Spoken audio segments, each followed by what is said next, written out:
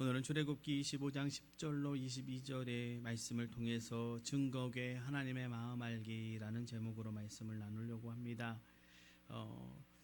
사순절을 시작하면서 기도하던 중에 어떤 말씀을 좀 전하면서 이 사순절을 좀 지낼까라고 하는 생각을 하다가 성막이 떠올랐습니다.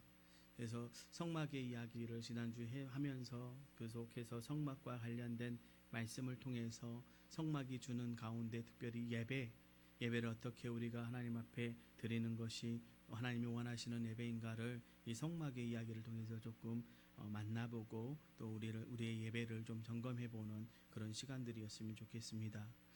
우리는 이제 말씀을 읽을 때 주어진 말씀의 내용이나 뜻이 아닌 다양한 것 속에서도 메시지를 발견할 수 있습니다. 예를 들면 숫자나 상징들이 그렇습니다.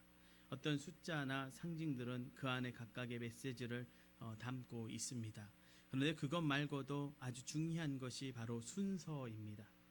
지혜라는 원래의 개념 속에는 순서가 들어 있습니다. 그래서 지혜는요, 우선순위를 제대로 매기는 것이기에 그렇습니다. 그러니까 지혜라고 하는 것이 무엇인가라고 하는 것은 삶의 우선순위를 어떻게 매기면서 살아갈 것인가가 바로 지혜라고 하는 것이죠. 그렇기 때문에 지혜의 말씀인 성경에서 때로 순서는요, 숨겨진 메시지와 의미를 발견하는 중요한 키가 되기도 합니다. 특별히 순서 가운데서도 처음이나 마지막 같은 경우에는 정말 중요할 때가 많습니다. 그런 차원에서 하나님께서 성막의 여러 요소들 가운데 가장 먼저 법계, 즉 증거계에 대해서 말씀하셨다는 것은 그 순서에 담긴 의미가 대단하다 할 수 있습니다. 여러분, 보통 집을 지을 때 한번 생각해 보십시다. 어떻게 짓습니까? 먼저 집의 겉모양을 만들어 놓고서 그 안에 집의 집기들이 들어가는 것이 우리가 알고 있는 일반적인 건축의 순서입니다. 그런데 성막은 그 순서가 일반적인 건축의 순서와는 전혀 반대로 되어 있습니다. 일반적인 순서가 아니라는 거죠. 제일 먼저 하나님께서 가장 깊은 곳에 들어갈 기구인 법궤를 만드는 방법부터 말씀하고 계십니다. 만약 우리가 이런 순서로 집을 짓는다면 이웃들이 어떻게 생각하겠습니까? 집을 짓기도 전에 침대를 가져다 놓고요, 그 다음에 겉을 맞춰 간다면 아마 이상한 사람이라고 생각할 것입니다. 그런데 하나님께서 지금 이렇게 말씀하셨습니다.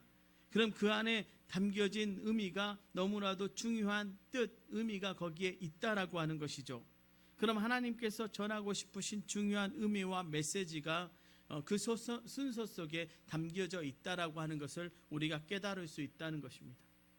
그렇다면 가장 먼저 법궤를 만들라고 하신 이 말씀 속에서 우리에게 전하고 싶으신 어떤 메시지가 들어있을까요? 제가 지난주에 성막을 얘기하면서 성막은 예배 그리고 예배자를 의미한다라고 말씀드렸던 것 같습니다. 오늘의 말씀도 그런 측면에서 조금 살펴볼 필요가 있습니다. 바로 예배에 관한 이야기입니다.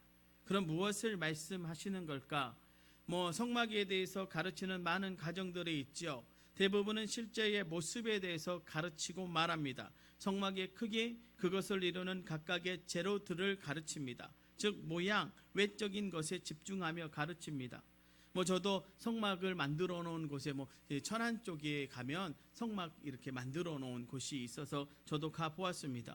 그 웅장함을 이루 말할 수 없습니다. 보는 것만으로도 굉장히 웅장하고요.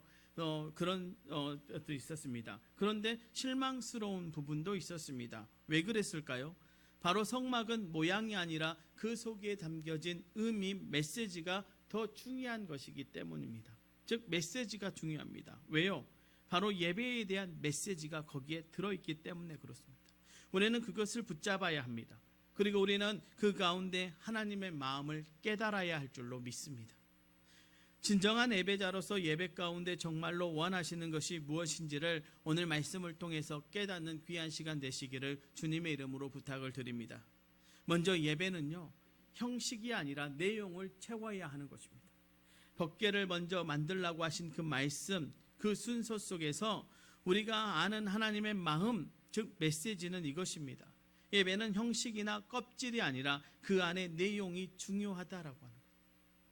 너무나 당연하지만 참으로 중요한 메시지가 아닐 수 없다는 것입니다. 지난주 성막은 예배요, 예배 잘하고 말씀드렸습니다.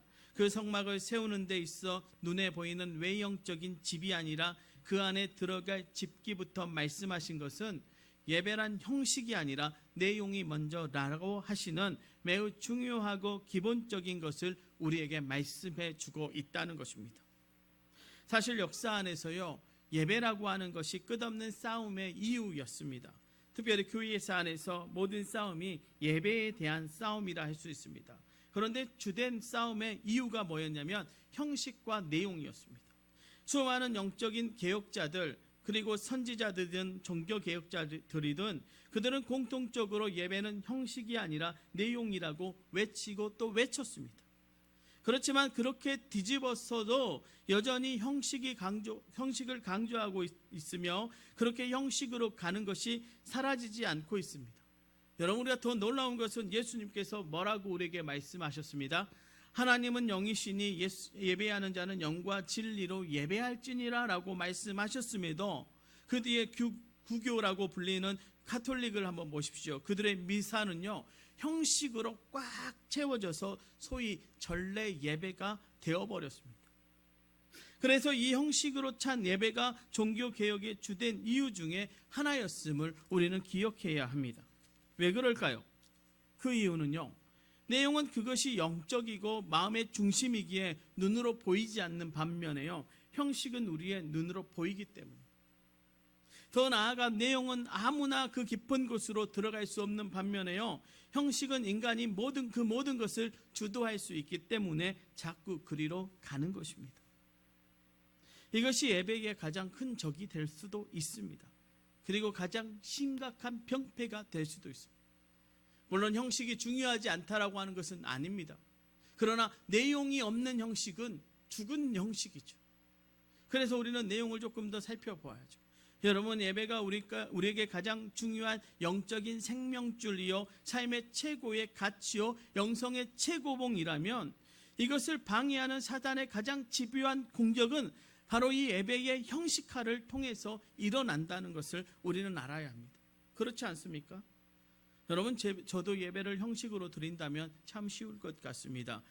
정해진 대로 하면 되니까요. 생각 없이 겉으로만 드리면 되니까요. 얼마든지 갈등하지 않고 예배 드릴 수 있습니다. 그렇지만 내용으로 가면 이야기가 달라집니다. 예배가 참 어렵고 갈등이 됩니다. 왜요? 마음이 중요하기 때문에 그렇습니다. 그것에 그렇게 쉽게 들어갈 수 없어서 어렵고 또 그 영적인 곳에 들어가서 자신이 물같이 쏟아져야 하니까 갈등이 되는 것입니다. 우리의 죄되고 못된 성품들, 더럽고 추한 생각들, 죄로 오염된 딱지들을 뜯어내지 않고는 안 되기에 그것이 그렇게 아프고 힘든 것입니다. 그렇지만 하나님은 분명히 말씀하셨습니다. 성막이 예배라면, 그것이 예배를 세우는 것이라면 가장 깊은 곳, 그 지성소 안에는 법궤로부터 시작하라고.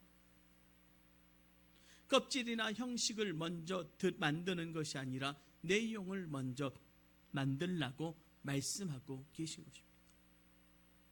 여러분, 예배는요, 어디에서 어떤 식으로 드리든 상관없습니다. 사실 그것은 중요하지 않습니다. 겉으로 보이는 장소나 모습, 형식만으로는 예배다, 아니다 말할 수 없다는 것입니다. 정말 중요한 것은 그 내용입니다. 주님의 말씀대로 예배는 영과 진리의 영적인 역사입니다. 비록 시장 바닥 한복판에 있다 할지라도요, 밭이라도 논이라도 염전이라도 겉으로 볼 때는 전혀 예배드리는 것 같은 모습이 아닐지라도요, 그 중심에서 하나님과 영으로 교제하고 있다면 우리는 예배를 드리고 있는 것입니다. 그래서 저와 여러분은 예배자로서 일할 수 있고 예배자로서 걸을 수 있으며 예배자로서 사람들과 교제하거나 심지어 예배자로서 삶을 즐길 수 있어야 한다는 것입니다. 그렇지만 그 반대 또한 있음을 우리는 절대로 잊지 말아야 합니다. 예배당이라고 부르는 곳에 와서 예배라는 형식을 가진 시간에 참여하고 있어도요, 그 마음과 중심이 영과 진리로 하나님을 만나는 것이 아니라면 그것은 절대로 예배를 드리는 것이 아니라는 것입니다. 들어오면서부터 나는 예배 드리고 싶지 않아, 말씀 듣고 싶지 않아, 귀 딱 닫고요 있다면요, 뭐 저를 다 좋아하시겠지만, 그죠? 아닌가 봐요. 네. 저를 다 좋아하시지만 또 일말에 조금 안 좋아하실 수도 있잖아요. 그러니까 나는 저 미워하는 목사가 말하는 건 절대로 안 들어하고 길을 딱 닫고 들어오면서부터 예배를 드리기 시작하면 예배가 아니죠.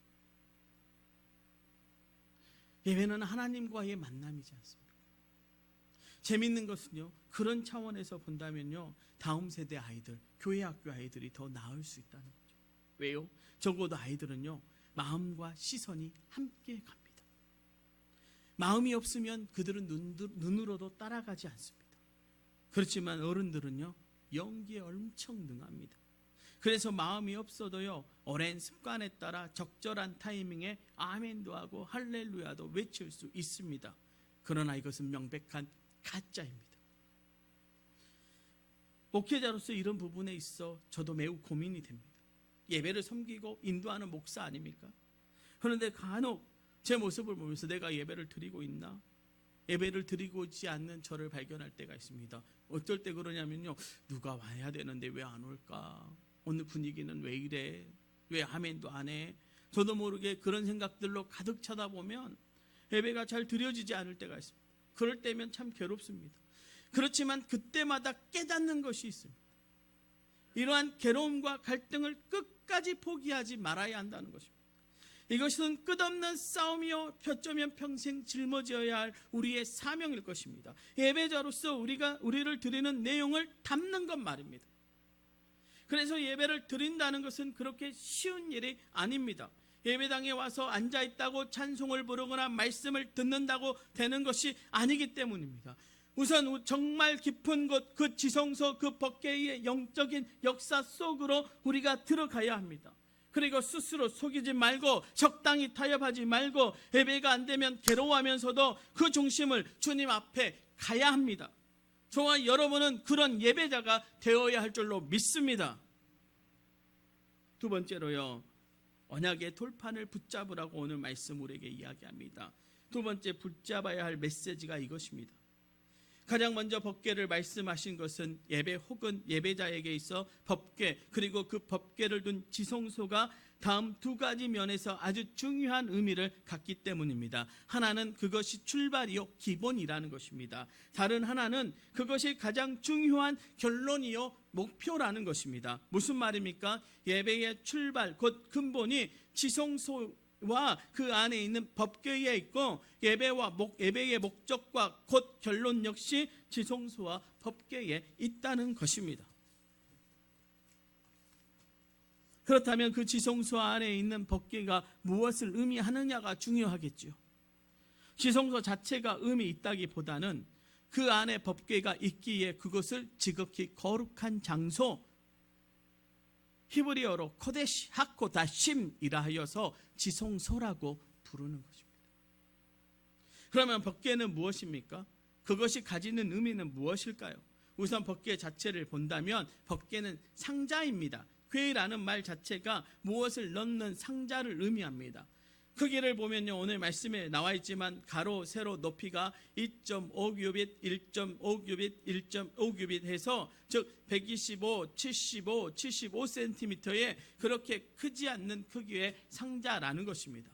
비록 순금으로 안팎을 발랐다 할지라도요, 나름대로 화려한 장식을 했다 할지라도요, 그것은 어디까지나 그 안에 무엇을 넣어두거나 그것을 들고 운반할 수 있도록 만든 장식임에 분명합니다. 따라서 법궤의 중요성은요, 그 자체보다 그 안에 무엇을 넣는가에 달려 있습니다. 그럼 그 안에 담긴 것이 무엇인가? 법궤 안에서 증거판 만나에 담은 항아리, 아론의 싹난 지팡이가 들어있습니다. 물론 열왕기상 8장과 역대하 5장에 보면 법궤에 증거판만 들어있다고 하기도 합니다. 그러나 통상적으로 우리가 알기는 이 세 가지가 같이 있습니다. 그러나 실제 지성소 안에 위치할 때 민수기 17장 4절에 의하면 아론의 쌍난 지팡이나 만나의 항아리는요, 지성소 앞 곧 법궤 앞에 두는 것으로 봐도 무관하다 할 수 있습니다. 결국 법궤 안에 중요한 것은 그것이 바로 증거판을 넣어두는 곳이기 때문이라는 것이죠. 그래서 성막을 증거막이라고도 부릅니다. 결국 법궤가 그 안에 증거판을 넣어두는 것이기에 중요하다고 한다면 이제 다음과 같은 이야기를 할 수 있습니다. 예배의 기본과 출발, 그리고 예배의 권론과 목적은 모두 증거판에 있다는 것이죠.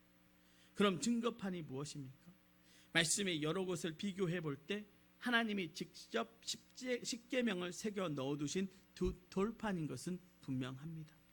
그런데 여기서 눈여겨볼 것은 하나님은 십계명 돌판이나 명령판이라고 말을 쓰지 않고 증거판이라고 말씀하고 계신다는 것입니다. 이것이 무엇을 우리에게 말하고 있습니까?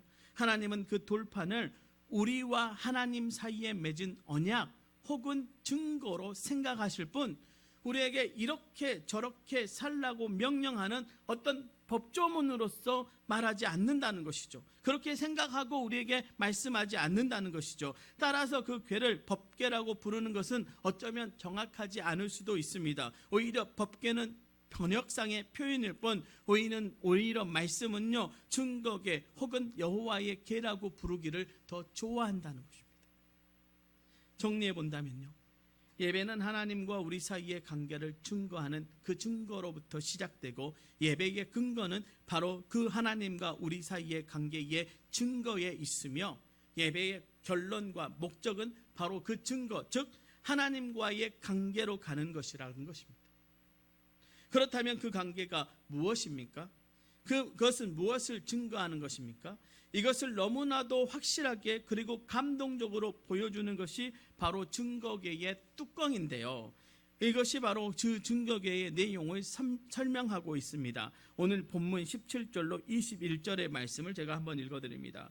순금으로 속죄소를 만들되 길이는 2규빗 반, 너비는 1규빗 반이 되게 하고 금으로 그룹 둘을 속죄소 두 끝에 쳐서 만들되 한 그룹은 이 끝에 또 한 그룹은 저 끝에 곧 속죄소 두 끝에 속죄소와 한 덩어리로 연결할지며 그룹들은 그 날개를 높이 펴서 그 날개로 속죄소를 덮으며 그 얼굴을 서로 대하여 속죄소를 향하게 하고 속죄소를 궤 위에 얹고 내가 내게 줄 증거판을 궤 속에 넣으라. 속죄소, 이것이 그 증거궤 뚜껑의 이름입니다. 그룹 둘이 서로 마주보고 호위하는 조각을 붙인 아주 의미 있는 뚜껑입니다. 여기서 그룹은 무엇입니까? 호위 천사를 말합니다. 이 천사는 창세기 3장 인간이 타락한 후에 에덴에서 쫓겨나지 않습니까?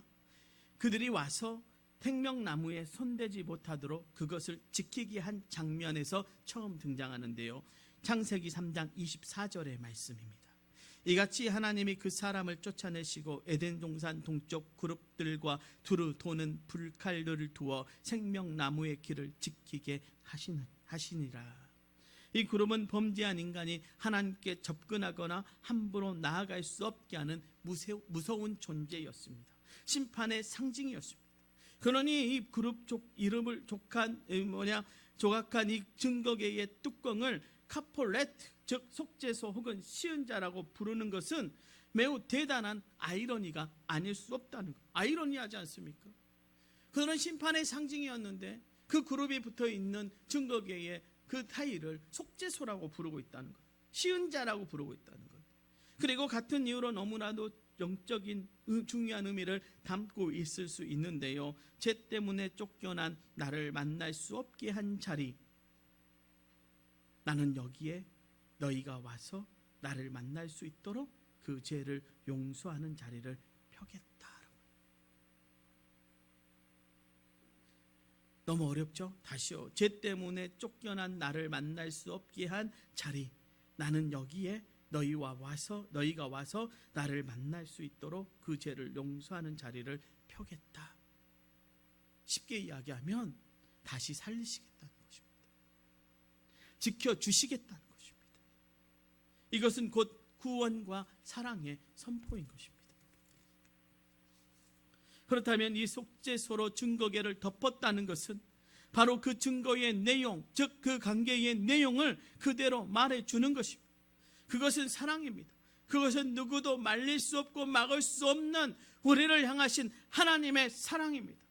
불타는 용서와 구원의 마음입니다. 노아의 방주를 히브리어로 테바라고 부릅니다. 그리고 증거궤의 궤는 히브리어로 아론이라고 합니다. 하지만 고대 에티오피아어로 증거궤를 타보트라고 부릅니다. 즉 방주와 증거궤를요 같은 단어로 볼 수 있다는 것입니다. 더 신기한 것은요, 방주를 만들 때 역청을 발라서 물이 새지 못하게 했는데 역청은 히브리어로 코베트라고 하는 단어를 사용합니다. 곧 증거궤의 뚜껑인 속죄소라고 하는 말의 히브리어는 카포레트와 같은 언어의 원의 단어입니다. 이것은 물이 밀고 들어올 수 없도록 철저하게 막아주시는 하나님의 구원의 핵심 아닙니까? 이처럼 방주는 범죄한 인간들이 심판받아 홍수로 죽을 수밖에 없는 상황에서 하나님이 당신의 사랑하는 사람들을 구원하기 위해 만드신 것입니다. 그래서 구원의 방주라고 하는 것은 이런 이유에서 불리는 것입니다. 여러분, 모세의 갈대상자를 기억하십니까? 모세를 갈대상자에 담아 나일강에 띄울 때 그 갈대상자에 역청을 발라서 물이 새지 못하게 했다고 했는데, 그 갈대상자도 역시 테바고 역청은 코베트. 역청을 바르는 모세의 어머니의 마음을 한번 생각해 보십시오. 어떤 마음으로 그 갈대상자에 역청을 모세의 엄마가 발랐겠습니까? 살리고 싶은 마음입니다. 우리 아이를 침범하지 못하도록 막아주고 싶은 마음. 이 마음은 방주를 만들 때 그 방주에 역청을 바르시게 하신 하나님의 마음과 동일합니다. 여러분, 그룹은 심판의 자리입니다. 거기에서 사랑을 선포하며 지켜주시는, 심판을 받아 죽게 하는 것이 아니라 오히려 살려주시는 이야기, 이것이 바로 하나님의 사랑입니다. 그리고 이것이 가장 잘 표현된 장소가 어디입니까? 바로 십자가입니다. 십자가는 심판의 자리 아닙니까? 우리 모두가 죽는 자리입니다. 범죄한 자가 죽는 그 자리에서 하나님이 먼저 스스로 죽으심으로 죽을 수밖에 없는 사람들을 살리신 것, 이것이 바로 십자가의 사랑이고 이것이 바로 카포렛, 속죄소의 이야기라 할 수 있는 것입니다. 이것들은 모두 연결되어 있다고 볼 수 있습니다. 그리고 그것은 하나님의 구원의 사랑입니다. 죄를 절대로 그냥 묵과할 수 없어 심판하시지만, 그렇다고 당신의 자녀를 죄 가운데서 그냥 죽게 할 수 없어 구원의 길을 열기 위해 방주를 만드시는 사랑, 바로 그 증거계에 그 사랑이 그대로 녹아 있다는 것입니다. 무엇보다 죄가 들어와서 그 영혼을 죽이지 못하도록 그 죄를 덮어주는 그것이 바로 카포레트, 곧 속죄소를 주신 하나님의 은혜인 것이고 증거계에 담긴 하나님의 마음입니다. 그리고 그 사랑이 구체적으로 바로 예수 그리스도의 갈보리 십자가로 우리에게 나타났습니다. 이러한 구원과 사랑, 용서와 긍휼, 이것이 예배의 기본 아닙니까? 이것이 우리의 예배의 근거 아닙니까? 여러분, 어떤 인간이 감히 하나님 앞에 예배를 드릴 수 있겠습니까? 제 많은 인생이 어떻게 하나님의 이름을 부르며 그 앞에 나아올 수 있겠습니까? 그러니 예배를 드린다는 것은요, 보통의 은혜가 아닙니다. 하나님이 우리를 불쌍히 여기고 용서하셨기에, 우리의 죄를 덮고 막아주셨기에 가능한 것이 예배라는 것입니다. 그 사랑 때문에 가능한 것입니다. 갈보리 십자가 사랑이 없었다면 누가 감히 그 하나님 앞으로 나아갈 수 있겠습니까? 주님의 몸과 함께 지성소의 휘장이 찢기지 않았다면 누가 감히 하나님 앞으로 나아갈 수 있겠습니까? 여러분, 지성소 안으로 들어가는 대제사장의 복장을 보십시오. 온 밑단에 방울과 석류 모양을 섞어 달았습니다. 이는 움직일 때마다 소리가 나게 하기 위해, 그런데 소리가 안 나면 어떤 거예요? 죽은 것입니다. 하나님의 그 거룩 앞에서 죽은 것입니다. 결코 죄인의 모습으로는 하나님 앞에 설 수 없습니다. 속죄소가 없으면 다 죽는 것입니다. 그렇지만 우리는 예배하지 않습니까? 뭐 때문에요? 갈보리 십자가의 공로 때문에. 그 십자가의 공로로 우리는 예배할 수 있는 것입니다. 이것이 예배의 시작이요 근거입니다. 그러므로 예배를 드린다는 것은요, 그 사랑을 누린다는 것입니다. 그 용서와 긍휼을 누리는 것입니다. 하나님의 사랑에 근거하지 않고 예배가 시작될 수 없다는 것입니다. 그래서 저와 여러분은 바로 그 은혜와 특권을 누려야 할 줄로 믿습니다. 속죄소는 예배의 근거요 출발입니다. 그리고 그것은 예배의 목표요 결론입니다. 성공한 예배란 무엇입니까? 속죄소의 사랑에까지 도달하는 것입니다. 그 사랑 때문에 눈물이 터지고요, 그 사랑 때문에 내 안에 있는 모든 죄와 상한 것들이 통곡하고 떠나가는 것입니다. 나의 두려움과 연약감들이 물같이 쏟아지는 것, 이것이 바로 성공한 예배입니다. 그리고 그 사랑 안에, 사랑의 품에 안기는 것, 그 사랑을 온전히 다시 경험하는 것, 이것이 곧 지성소 증거계가 먼저 만들게 하시는 하나님의 메시지입니다. 오늘 본문 22절의 말씀이요, 거기서 내가 너와 만나고 속죄소 위 곧 증거계 위에 있는 두 그룹 사이에서 내가 이스라엘 자손을 위하여 내게 명령할 모든 일을 내게 이르리라. 거기서 내가 너와 만나고, 거기서 내가 너와 만나고, 이것이 예배입니다. 이것이 예배의 목적이요 결론입니다. 예배는 지성소 안 속죄소로부터 시작되어 지성소 안 속죄소로 다시 들어가는 것으로 완성되어지는 것입니다. 무엇을 말합니까? 예배를 통해 우리는 하나님의 사랑을 누리고요, 그 은혜를 맛보고요, 그 사랑의 하나님과 교제하면서 치유받고 회복되고 힘을 얻는 것입니다.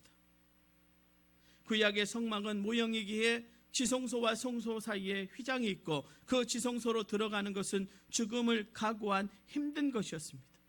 그렇지만 예수 그리스도를 통해 휘장이 찢어지면서 예비하신 하나님의 그 속죄소의 사랑이 우리 모두에게 그대로 열렸음을 우리는 알아야 합니다.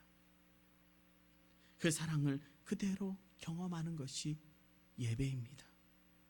그 사랑에 감격하고 그 사랑에 춤추며 찬양하는 것이 예배입니다.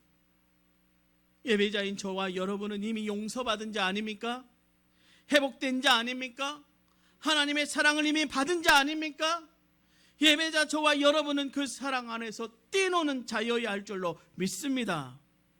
이제 말씀을 정리합니다. 성도 여러분, 증거계 우리를 향한 하나님의 마음을, 우리는 그 증거계를 통해서 하나님의 마음을 깨달아야 할 줄로 믿습니다. 우리를 사랑하시는 마음, 우리를 죄로부터 지키시고자 하는 마음, 우리를 사랑한다라고 말씀하셔서 우리를 회복하고 치유된 모습으로 다시 세우고자 하는 마음, 예배자로 우리를 부르시는 마음, 이제 증거계, 그 증거계를 바라보면서 우리가 하나님의 마음을 깨닫고 한 주간 삶에서 예배하는 예배자로 살아가는 저와 여러분 되시기를 주님의 이름으로 축원합니다. 기도하겠습니다.